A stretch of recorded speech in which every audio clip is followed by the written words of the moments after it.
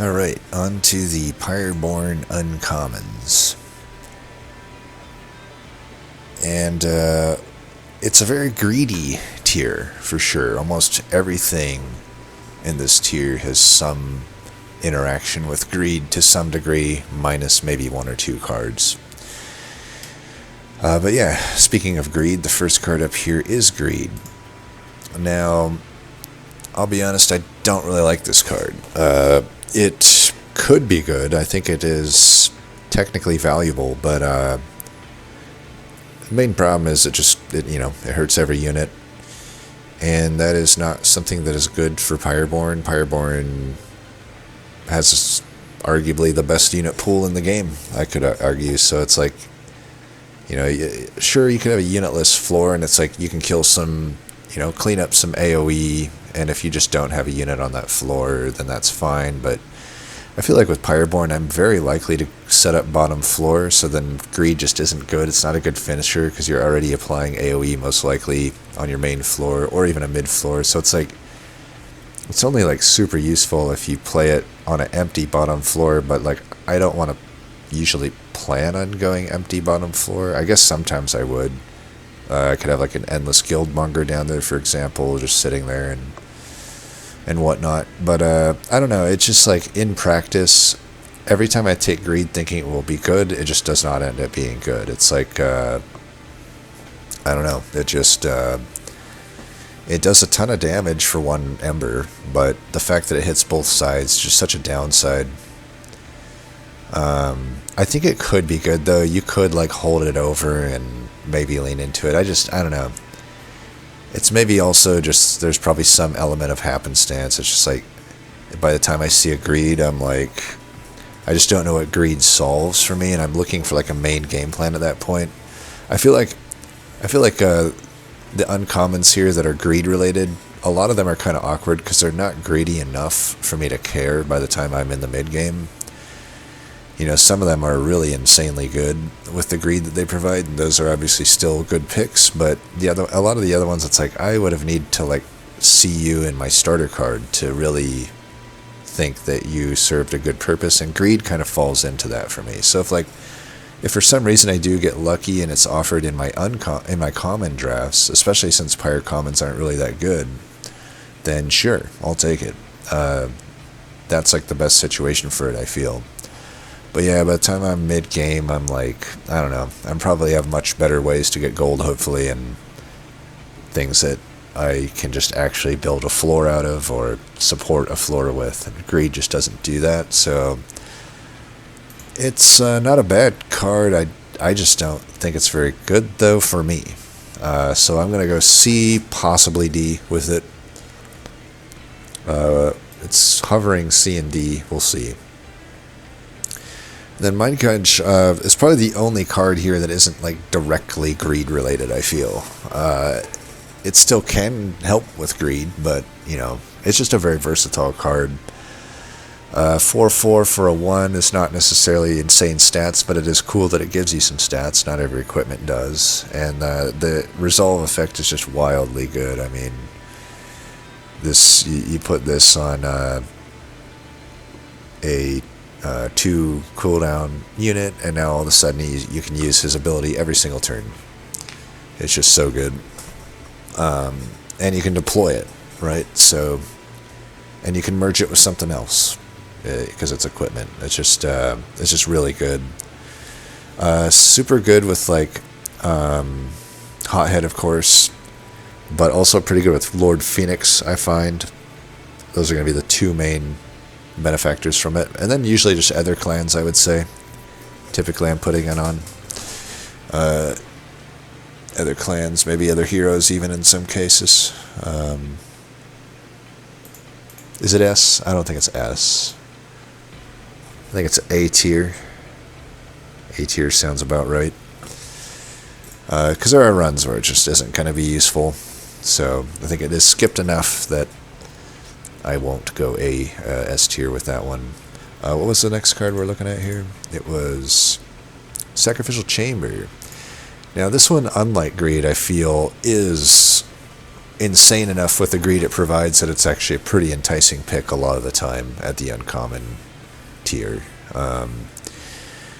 One ember, just it's a room. It's like it gives you 10 gold when any unit dies.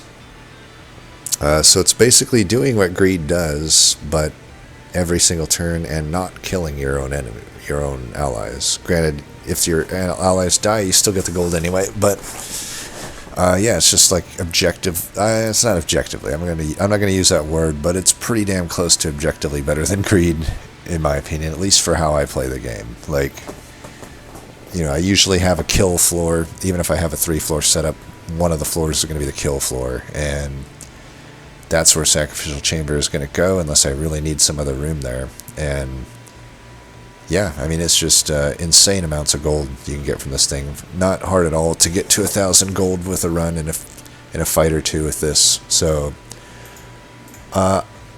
it's still hard for me to put it in an S, I think. Definitely top of A. Definitely top of A. We'll see after all is said and done if it goes into S. I already know at least one of these other cards will. And then we got Payoff.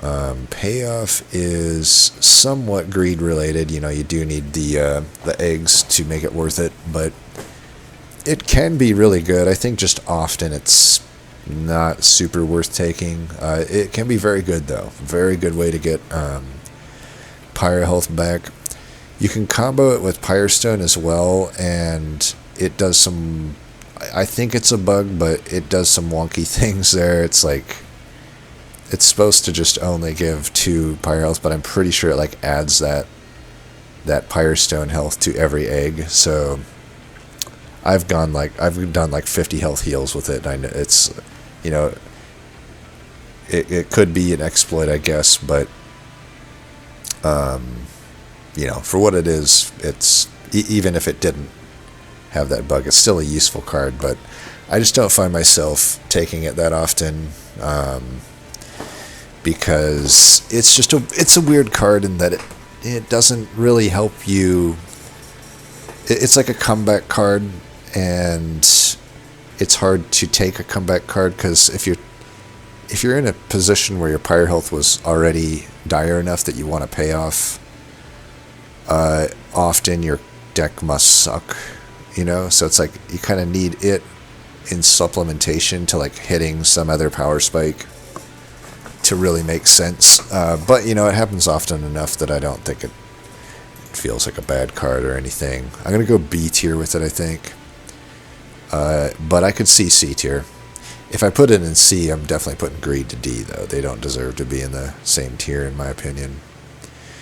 Then you got Soul Smelter, which is a very good way to get eggs. The only thing that sucks about Soul Smelter is it just costs way...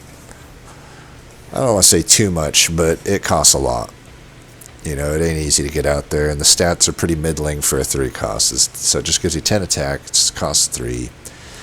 On Siphon, you gain a soul, and on Celebrate, every 4 souls equates to 1 egg. So, you know, if you have and so there's kind of the 2 tricky things with it, right? The tricky thing is that it costs a lot for basically something that's purely dedicated toward greed.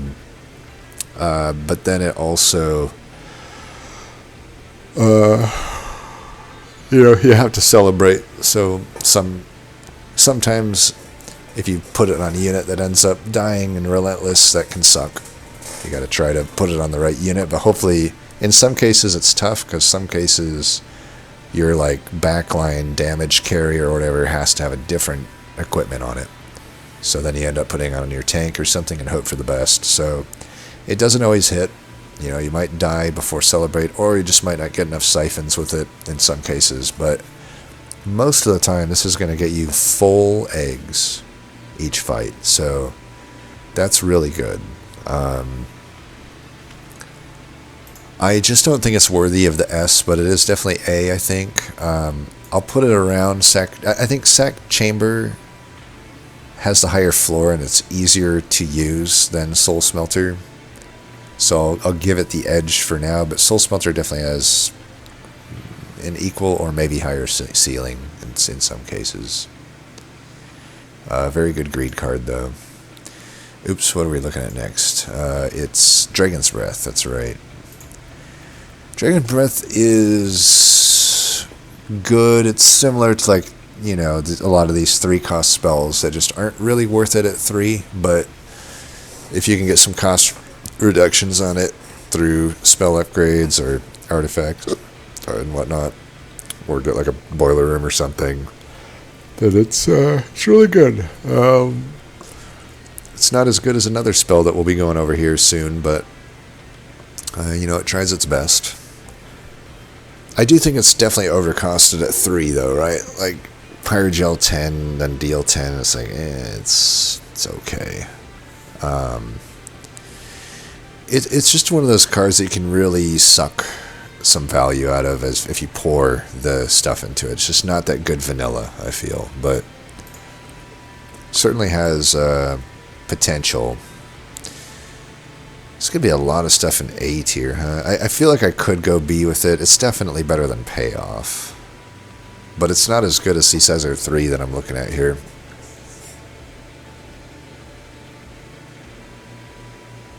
I'll put it at the bottom of A for now. I might move it to B. We'll see. We'll shift it around. Then we got Fanning the Flame, which can be a fun card. I mean, anything with permanent scaling is, but it's one of the worst permanent scaling cards in the game, I'd say. It's just so RNG dependent. Like, you can, unless you have an entire floor of squishies, you just aren't guaranteed to have it actually do much. But you know, depending on RNG, you can definitely get it up to pretty high amounts of damage. I've gotten these things up to 200-300 damage, and you know, then you hellvent it a few times, and that pretty much solves wave clear, right? But I just don't find that situation pans out that often. A lot of times I'll take this card. You know, I have taken this card with like Pyre of Dominion. I've taken it with lucking into it in like the first ring fight rewards. And I'd say it's maybe 40-60 that it actually works out. Like 40% of the time it works out, I'd say, if I were to pull a number out of my ass. But I think it's somewhat accurate. So even in the best situation, which is finding it way ahead of curve, right? Way ahead of when you're supposed to find it, it doesn't even hit. And I don't think I've ever used it, you know, actually finding it from Ring 4 onward, which is typically when you're finding uncommons. I mean, I've tried to, and it's just so hard to actually make this thing relevant if you're taking it Ring 4 and beyond. You really need it in the first ring, pretty much, first or second rings. And then on top of that, you have to get lucky with where the RNG goes, right? Or formulate a situation where you can get guaranteed kills. So it's not that great of a card, I think. It's a fun card when it works, right? Like, I've definitely carried runs with it before, but yeah, I don't know. It's going in C, I think, around with Greed. The thing is, I've made it actually be relevant to my deck much more often than Greed. I don't think Greed's ever really been relevant to any deck I've had. Maybe one or two, but and even then it's just some gold here and there. Whereas Fanning the Flame literally can carry a run. You know, you can just wave clear, and like I said, the entire wave with it. But yes, oh, and I should say what a lot of these have been equipment and stuff, so I haven't really been saying which upgrades are good on it. So Fanning the Flame obviously wants a spell chain. Don't quote me on this, but I think the spell chained copy scales the original card if it gets a kill. But again, don't quote me on that because I don't know off the top of my head, but I'm pretty sure that's how it works. Either way, you'd want spell chain though, right? It's just making the card a lot better. Holdover could be good too. Holdover and spell chain is probably the ideal version of that card. Same with Greed, you just want holdover, I think. Maybe permafrost, cost reductions, plus damage, stuff like that. Dragon's Breath wants cost reductions mainly, and I guess some cases double stack could be okay if you really need that. If you're really using Pyrogel or if you're using Dragon Breath for Pyrogel, then it becomes pretty good with double stack. And then Payoff just wants consume remove, and if the exploit exists and you're wanting to do it, they might have patched it out. I submitted it as a bug several times, but I don't know. But yeah, long story short, you can do the Holy Stone on it. So those are the upgrades they want.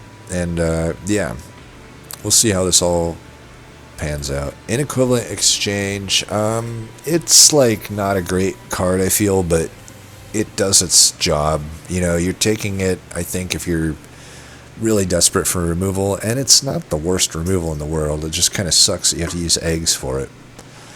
But if you have a proper egg generating machine, you usually just don't care that much about losing the egg on this thing, and it can do a lot of damage without having to really invest in it. I could say that it doesn't even really want any particular upgrade other than probably a permafrost. I feel like permafrost is often what I'm putting on this card if I do take it, because I'm basically taking it to handle removing, you know, some key backliner or helping finish off a tank. Now here's the thing about inequivalent exchange.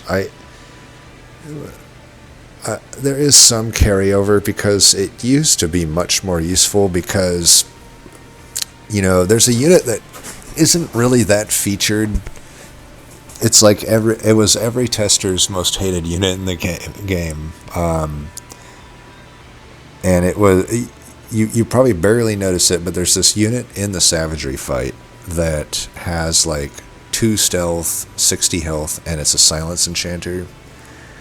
Well, that used to be like a 200 or 300 health unit that had 3 stealth and still, you know, silenced all your floor. So a card like Inequivalent Exchange was much more useful back then. So I don't know if they ever return that unit, which I don't think they will because everybody complained about it. I kind of wish it existed more though. Like, I don't know, it was a unique challenge to have to beat that unit. But it was everywhere. It was like in a lot of fights, and I don't know. I'm getting on a tangent here that I maybe shouldn't even be talking about. But yeah, long story short, maybe in the current meta it just doesn't have much use. So I'll probably put it in C. It's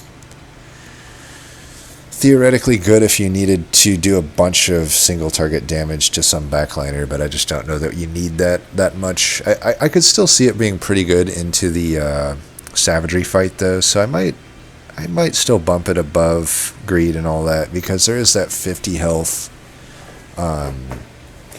sweeper that has multi-strike, and I think that this would be, if I didn't have a better answer, I would want this for sure. And then we have Make It Rain, which I think is a contender for best card in the game. It's just so insanely powerful. Good with so many different things, but good within the clan just because of Pyrogel, right? So deal 5 damage to enemy units, spend $5, and repeat this card's effect up to 3 more times.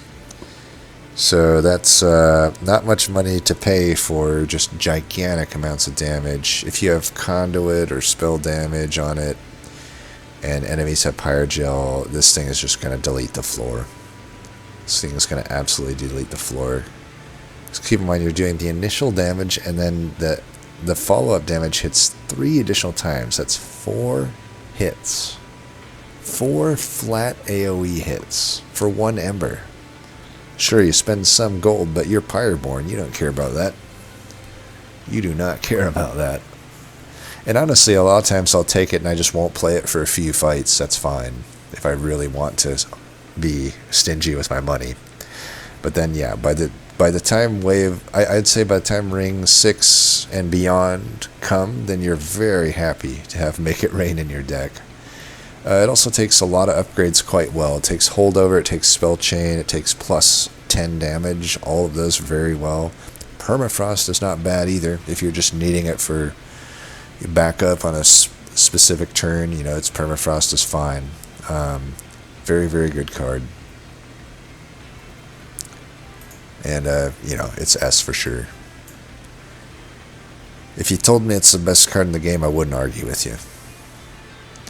Then we got a Rail Spike card here, which is, I think, the only Rail Spike that is uncommon. I don't know why they made this one uncommon, but, you know, it is what it is. It is probably somewhere in between Greed and Sacrificial Chamber in terms of how good it is. And with the Greed, I definitely take Brain Spike here and there. It can definitely earn you a ton of gold. Probably even a higher ceiling than Sacrificial Chamber for the most part. You know, if you can stall out a relentless fight, you're going to get endless amounts of gold with this thing if you hit a big proc on it. But, you know, it is a pure... it's another one of these, like, purely greed-focused cards. It has no actual combat use other than, I guess, it's a cheap incant, potentially, if you need it for a cheap incant. But yeah, just makes the unit have Avarice. The upgrades it would want, I don't think it wants any upgrades other than maybe cost reduction. Like, I wouldn't even consume remove it, maybe. I guess you could, but I don't know that I want to keep playing this card, right? But you could. It's... I want to say A, but it does not feel right to put it with Sacrificial Chamber. It's just not on that level, I feel. Inconsistency. It is on that level in a lot of fights, but in a lot of runs, but I just don't think it has the consistency. It feels maybe on the B tier here. And then we're down to these sad units.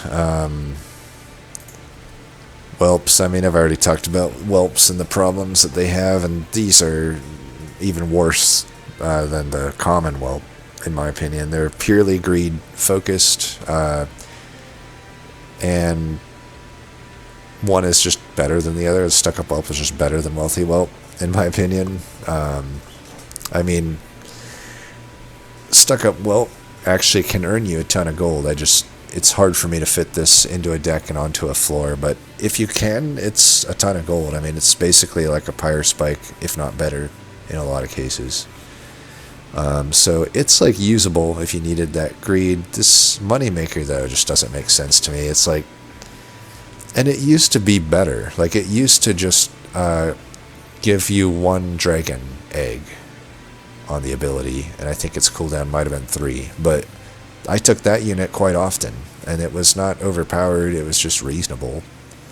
So I kind of wish they would revert this unit to that version of it, but yeah, 5 gold per egg, whatever. I see no reason to ever take Wealthy Whelp, in my opinion. I mean, it could technically do stuff for you. And even Stuck-up Whelp, I don't see giant reasons to. It's the thing is, like, yes, it can get me more Avarice than Brain Spike in a lot of cases, but the cost to play this is much higher. The cost is that I have to fit it onto a relevant floor, and Pyreborn very rarely have, on their main floor that would use something like this, really does not have pip to spare, especially non-deployable pip, right? So Brain Spike is just way easier to play. Chamber is even easier to play than all that. You know, for 3 cards that kind of do the same exact thing, I think Whelp is the odd one out. Or Stuck-up Whelp is the odd one out. And then Wealthy Whelp is just bad. So Wealthy Whelp for sure goes in D. I think I would also put this in D, even if it's just... I'm basically never taking these cards. It's just like, I can't remember the last time I took them. And usually when I take them, it's like they don't actually end up doing anything. Like, they just actually end up being useless. So for sure I'm going D on both them. They suck. They suck in my opinion, but, you know, I could see somebody maybe making them work with consistency. I could be convinced that maybe they're consistent in some sort of game plans, but not the ones I usually do. So now, if I look at all this, do we think any need to be moved? I do think that Brain Spike is maybe deserving a bump up, but I don't know. I think more it looks like this, maybe. That looks a little bit better to me. I think Dragon's Breath is probably B. It's just not in super stellar way to do whatever it's doing. It's much worse than Make It Rain as being a removal card, and it's not that great of a Pyrogel application card either, unless I specifically can double stack it. Then it's okay, but I don't know. Pretty much all the other forms of Pyrogel are going to be more energy efficient than Dragon's Breath. It's just nice though, since it does damage and Dragon Breath to everybody. So it's still useful. I just don't think it's like probably on the level of these A tier cards. Can I do that? No way. There's just no way. I mean, if I did this, I would have to move at least both Chamber and Soul Smelter to S, and that doesn't feel right. I mean, I could go S plus with Make It Rain. I think I just like it like this. This actually just looks correct to me, based on how often I'm taking these cards. I could probably just say S plus here, though, because it is a S plus card. Anyway, though, as always, thanks for watching, and until next time, peace.